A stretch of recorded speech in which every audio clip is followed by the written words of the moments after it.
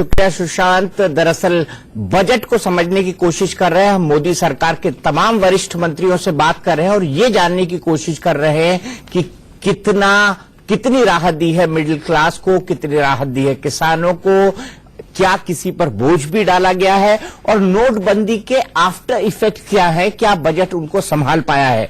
इसी पर बात करने के लिए हमारे साथ जुड़ गए हैं केंद्रीय मानव संसाधन मंत्री और मोदी सरकार के वरिष्ठ कैबिनेट मंत्रियों में से एक प्रकाश जावड़ेकर जी। प्रकाश जी, इंडिया न्यूज पर आपका बहुत बहुत स्वागत है। मेरा पहला सवाल, पीएम ने खुद कहा है कि ये दाल से डाटा तक का बजट है। सवाल यह है कि नोटबंदी के बाद लोगों को कई तरह की परेशानी गई। पीएम ने भी कहा था कि 50 दिन का वक्त नॉर्मलाइजेशन के लिए लगेगा, लेकिन उसके जो आफ्टर इफेक्ट हुए हैं, क्या उससे डील करने में यह बजट पूरी तरह सक्षम है?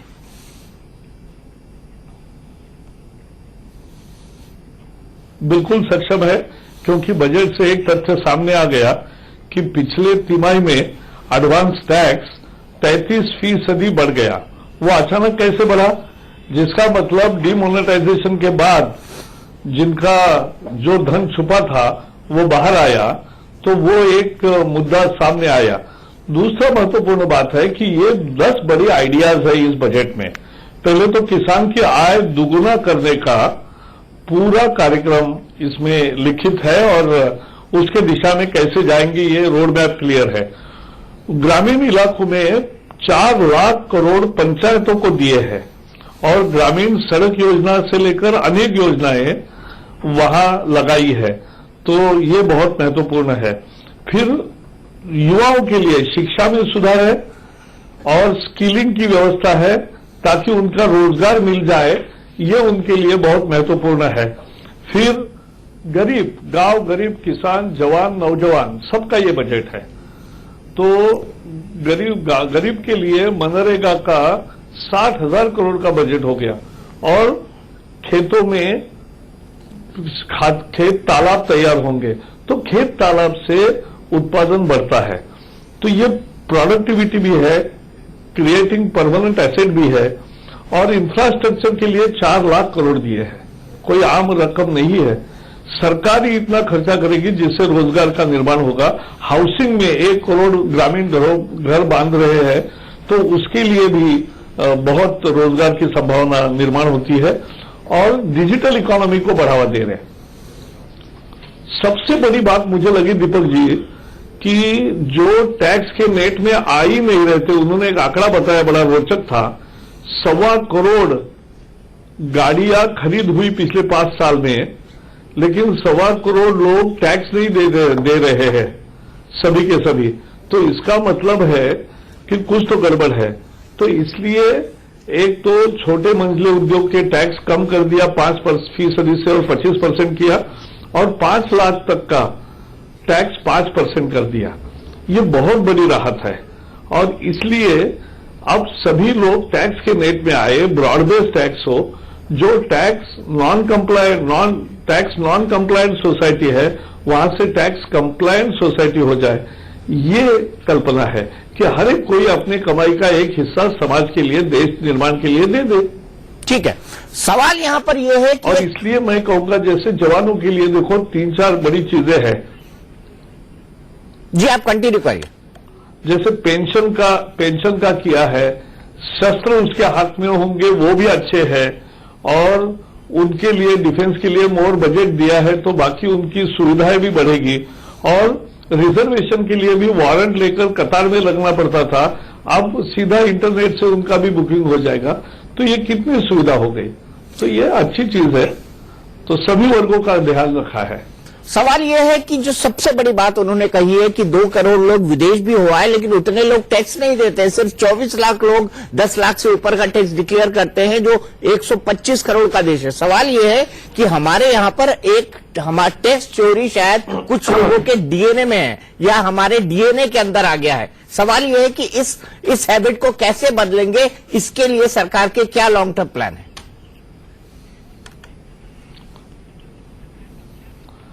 सरकार का प्लान इतना ही है कि कैश में व्यवहार करना, कर की चोरी करना, ये महंगा साबित होगा और डिजिटल व्यवहार करना इसको प्रोत्साहन है और प्रामाणिक कर भरना, इसको भी प्रोत्साहन है। तो ये इस सरकार की नीति है, कैरेट एंड स्टिक जिसे बोलते हैं, कि भाई आप अच्छे जियो तो चैन से आराम करो, और नहीं है तो प्रॉब्लम होगा। बिल्कुल। अगर आगे हम बढ़ें और बात करें कैशलेस और डिजिटल इंडिया की, और खासकर आपकी फील्ड एजुकेशन की भी मैं बाद में बात करूंगा, लेकिन डिजिटल और कैशलेस इंडिया बनाने की जो बात कही गई है, आधार कार्ड में अंगूठे के आधार पर पेमेंट देने की बात कही गई है, आपको लगता है कि इससे एक नई रिवॉल्यूशन आएगी गांव में?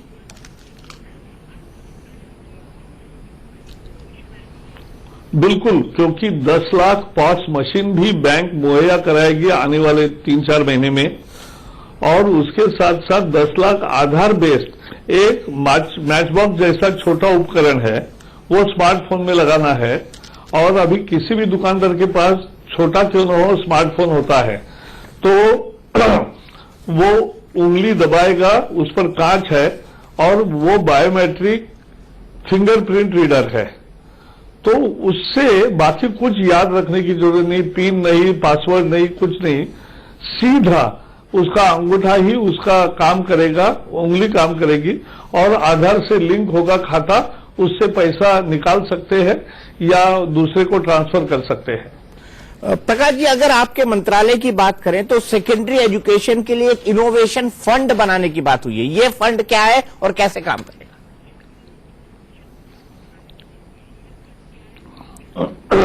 ये फंड मुख्यतः ऐसा है, 1 से 8वीं तक ये तो सर्व शिक्षा अभियान है, इसमें भी लर्निंग आउटकम्स नहीं थे। अब हमने तय किया कि 1ली के बाद क्या आना चाहिए, 8वीं के बाद क्या आना चाहिए, 5वीं के बाद क्या आना चाहिए, ये क्षमता का विस्तार और विकास कैसे हो, ये अब सुनिश्चित किया है लर्निंग आउटकम के द्वारा। अब 9वीं, 10वीं, 11वीं, 12वीं ये बहुत महत्वपूर्ण है, वहां साइंस एजुकेशन को महत्व दिया जाएगा, अच्छे लैब्स बनेंगे। अटल टिंकरिंग लैब्स का एक कार्यक्रम अभी भी चल रहा है, इसमें और ये इनोवेशन फंड जुड़ा जाएगा और बच्चों के प्रतिभाओं को अवसर देने वाली सारी योजना बनेगी, ये एक है। और जो उच्च शिक्षा में इनोवेशन और रिसर्च पर सारा जोर है, तो दोनों को साकार करने के लिए ये फंड काम में आएगा, ये उसकी कल्पना है। आपने नेशनल टेस्टिंग एजेंसी बनाने की बात सुनी होगी, जो वित्त मंत्री ने अपने बजट भाषण में कही है। ये नेशनल टेस्टिंग एजेंसी जो हायर एजुकेशन है, जो बड़े इंस्टीट्यूट्स हैं, उन पर काम करेगी। तो ये नेशनल टेस्टिंग एजेंसी किस तरीके से काम करेगी और क्या करेगी, किस तरह की परीक्षाएं लेगी? मैं बताऊं, ये ऐसा है, मैं बता रहा हूं। सीबीएसई एक्चुअली 18,000 स्कूलों का विस्तार है, उनका मूल काम है सीबीएसई के स्कूल चलाना। लेकिन हो क्या रहा है कि नीट की परीक्षा आई, सुप्रीम कोर्ट ने कहा सीबीएसई अच्छा है तो सीबीएसई परीक्षा करे, नेट की परीक्षा है सीबीएसई करे, जेईई की परीक्षा है सीबीएसई करे। तो धीरे धीरे ऐसा हो गया कि हमने देखा कि सीबीएसई पूरे साल भर अब परीक्षाओं में ही ज्यादा व्यस्त होने लगा। ये उनका मूल काम नहीं है, उनकी विश्वसनीयता के कारण ये उनके पर दायित्व आ रहा है। तो एक परीक्षा का विशेष इंस्टीट्यूट बने, और अनेक विकसित देशों में यह है, ताकि सारी प्रकार की प्रवेश परीक्षाएं, और अगर कहीं एग्जिट एग्जाम भी शुरू होते हैं तो ऐसी सभी प्रकार की परीक्षाएं लेने का काम ये नेशनल टेस्टिंग सेंटर करेगा। सर, बजट में यह भी कहा गया है कि बच्चों ने क्या सीखा है, ये सबसे महत्वपूर्ण बात है, क्योंकि जो शुरुआती शिक्षा होती है वो किसी भी व्यक्ति के लिए आधार स्तंभ होती है आगे बढ़ने के लिए। बच्चों ने क्या सीखा है, इसका इवेल्युएशन किया जाएगा। ये इवेल्युएशन कैसे होगा और ये सिस्टम कैसे काम करेगा?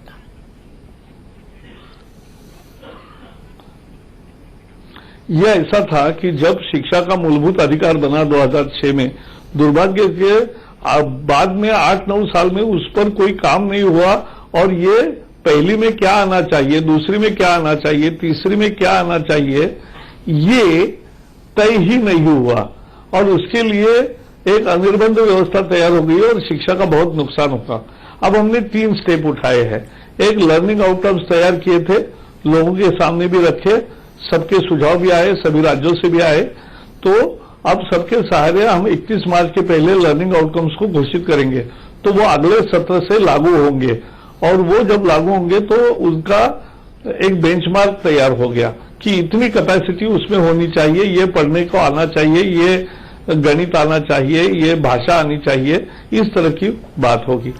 तो आगे चल के 5वीं और 8वीं में कुछ राज्य, अनेक राज्य चाहते हैं कि वहां कोई फेल ही नहीं हो रहा है, इसलिए सभी 8वीं तक जाते हैं, और फिर 8वीं में 9वीं में सब फेल होते हैं, तो ये अच्छा नहीं है। तो इसलिए परीक्षा के 2 अवसर देकर, मार्च में और जून में, अगर दोनों परीक्षा में फेल हुआ तो ही डिटेन करने का एक आजादी हम राज्यों पर छोड़ रहे हैं। आगे चल के 10वीं की 12वीं की बोर्ड एग्जाम हमने कंपलसरी करी है, और टीचर की एजुकेशन का रिफॉर्म करेंगे, तो इससे प्राथमिक शिक्षा में सुधार होगा, और 9वीं से 12वीं तक ये इनोवेशन फंड, साइंस एजुकेशन, अटल टिंकरिंग लैब, इसके द्वारा सुधार होगा, और उच्च शिक्षा में क्वालिटी इंप्रूवमेंट, यही थ्रस्ट है बजट का। और वहां सारे IITs, IIM से लेकर हर में अच्छे संस्थाओं को आजादी देना, UGC का रिफॉर्म करना, और केवल जो संस्था ठीक काम कर नहीं रही है वहां रेगुलेशन लागू हो, और बाकी जो अच्छे काम कर रहे हैं उनको आजादी मिले, ये उसका सूत्र है। सर, एक बहुत बड़ी बात है, वो ये है कि एक फंडामेंटल हमारे साथ प्रॉब्लम रही है या हमारी एक कमी रही है, वो ये है कि हम सर्व शिक्षा अभियान, राइट टू एजुकेशन, इन पे लाखों करोड़ों रुपए खर्च करते हैं, करोड़ों अरबों रुपए खर्च करते हैं अगर कहा जाए। लेकिन अभी भी हम देखते हैं कि ग्रामीण इलाकों में जो स्कूल्स है, प्राइमरी स्कूल्स है, उनकी हालत ठीक नहीं है, टीचर वहां नहीं है, कहीं स्कूल में छत नहीं है, कहीं स्कूल पेड़ के नीचे लग रही है।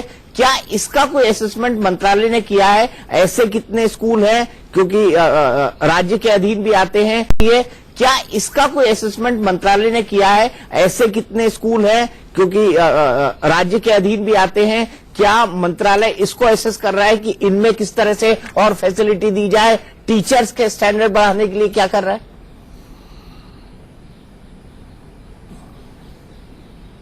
बिल्कुल, टीचर का शिक्षा, यानी ये BEd DEd शिक्षा का पूरी तरह से रिफॉर्म, यह हमारे एजेंडे पर है। उसके साथ साथ जो सर्विस में है टीचर्स, उनका भी प्रशिक्षण हो, सुविधाएं देने का काम केंद्र सरकार मदद करती है। शिक्षा मूलतः राज्य सरकार की जिम्मेवारी है, तो राज्य सरकारों को हम प्रोत्साहित कर रहे हैं कि अच्छा काम करो तो आपको हम ज्यादा सहायता करेंगे। और हम एक कर रहे हैं और कि राज्यों के साथ चर्चा करके कार्यक्रम तय कर रहे हैं। जैसे शिक्षकों की संख्या कमी नहीं है, लेकिन 1 लाख स्कूल ऐसे हैं जहां एक ही टीचर है। क्यों? क्योंकि ज्यादा से ज्यादा शिक्षक जिला, विभागीय केंद्र, संभागीय केंद्र या राज्य के राजधानी में रहना चाहते हैं, और इसलिए देहात में जाने को कोई तैयार नहीं है। ये नहीं चलेगा, देहात में काम करे, बाद में आपको चॉइस का पोस्टिंग मिले, इस तरह का एक कार्यक्रम हम बना रहे हैं। और एक टेन्योर पोस्टिंग हो, 10-10, 15-15 साल टीचर बना रहे हैं, ये होना चाहिए। सर, एक और महत्वपूर्ण बात वो ये है कि 2006 से लेकर जो शुरू हुआ एजुकेशन सेस, जो हम सभी चीजों पर देते हैं, उसमें 2015-16 तक 64,228 करोड़ रुपए जमा हुए। लोग ये जानना चाहते हैं, और CAG ने भी इस पर सवाल उठाया था कि क्या जो सेस हम जिस काम के लिए लेते हैं, जैसे ये एजुकेशन के लिए लेते हैं, स्वच्छ भारत का सेस हम देते हैं, क्या उसी मद में वो पैसा खर्च होता है?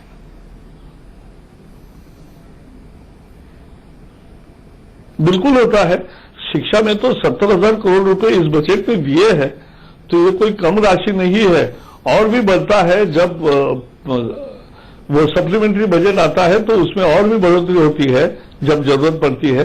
तो बजट की कमी नहीं है, वो तो जो सरचार्ज है वो उसका खर्च करते ही है, हम वो करेंगे। आखिरी सवाल सर, मिडिल क्लास को राहत मिली है, थोड़ा सा टैक्स जो है वो कम हुआ है, 12,000 से ऊपर का जो स्मॉल सेक्टर्स जो छोटे C और D लेवल के कर्मचारी हैं, E और D और C लेवल के कर्मचारी हैं उनके लिए। लेकिन ओवरऑल जिस तरह से PM ने कहा कि ये दाल से डाटा तक का बजट है, ऐसे वन लाइन में आप इस बजट को कैसे समाप्त करेंगे?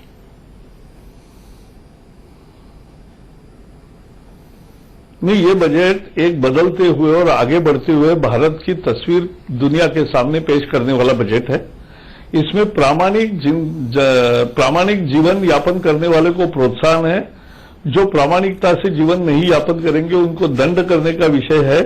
और इसलिए मुझे लगता है कि ये निश्चित रूप से एक प्रागतिक गरीब के पक्ष में, गांव, गरीब, किसान, जवान, नौजवान, महिला, वरिष्ठ नागरिक, दलित, आदिवासी, सभी तबकों का विचार करने वाला, माइनॉरिटी, सबका विचार करने वाला ये बजट है।